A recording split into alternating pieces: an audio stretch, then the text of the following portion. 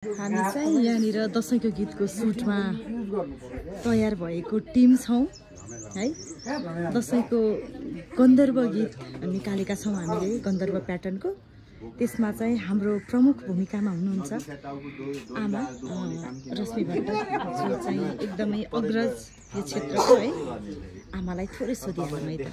आमा, यो गीत त हजुरले हिजोदेखि सुनिरहनु भएको छ नि है, कस्तो लागेको छ हजुरलाई? एकदमै आनन्द, स्वर्गीय आनन्द, एकदमै मिठो लागेको छ है। एकदम मिठो, मेडिटेसन जस्तै लाग्यो सुन्दाखेरि त आनन्दको।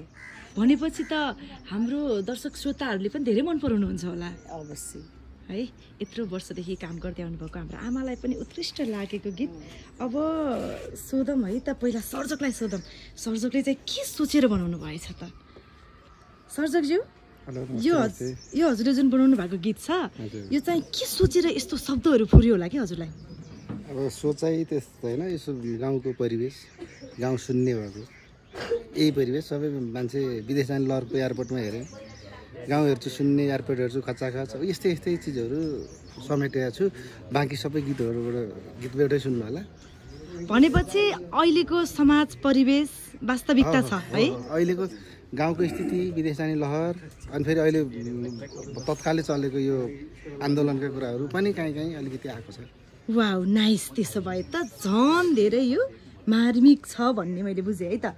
त्यसै गरी चाहिँ अब हाम्रो यता धर्म गन्धर्वजी हुनुहुन्छ, जो चाहिँ गायक। नमस्ते। हजुरलाई चाहिँ कस्तो लाग्यो त यो गीत गाउँदाखेरि? यो गीतहरू त पहिला पनि गाइएको थियो, तर यो गीत एउटा मेलोडी म आफैले बनाएको हुनाले हजुर आफूलाई आफ्नो सन्तानलाई माया लाग्छ, राम्रो लाग्छ भने जस्तो केही गीतले चाहिँ नि केही बजारमा सुन्न लायकको हुन्छ कि भन्ने आशा गरेको छु। भनेपछि यो गीत गाउँदाखेरि चाहिँ हजुरलाई कस्तो महसुस भएको थियो? एकदमै एउटा शब्दले चाहिँ साह्रै भकन्नेको थिएँ। हजुर, यो हजुरबाबुले पाउँदैनन् कि नातिसम्म भेट्न भन्ने शब्दले चाहिँ मलाई एकदम गाउँको यथार्थ कुराहरू, कतिका हजुरबाबुहरूले नाति भेट्न नपाइकन मरेका छन् होइन। यो चाहिँ नि कृष्ण लामिछाने भाइले पनि कस्तो तरिकाले त्यो गाउँमै बसेर लेखेको जस्तो त्यस्तो शब्द लेख्नुभयो। त्यो गाउने बेलामा म एकदमै भक्कानिएको थिएँ कि। भनेपछि टिपिकलिटी छ, टिपिकलिटी एकदमै एकदमै। भनेपछि हजुर भक्कानिनु भएको थियो। भक्कानिएको अब आज हजुर आर्टिस्ट पनि हो होइन यो गीतमा, भनिसकेपछि त रुनुहुन्छ होला सायद।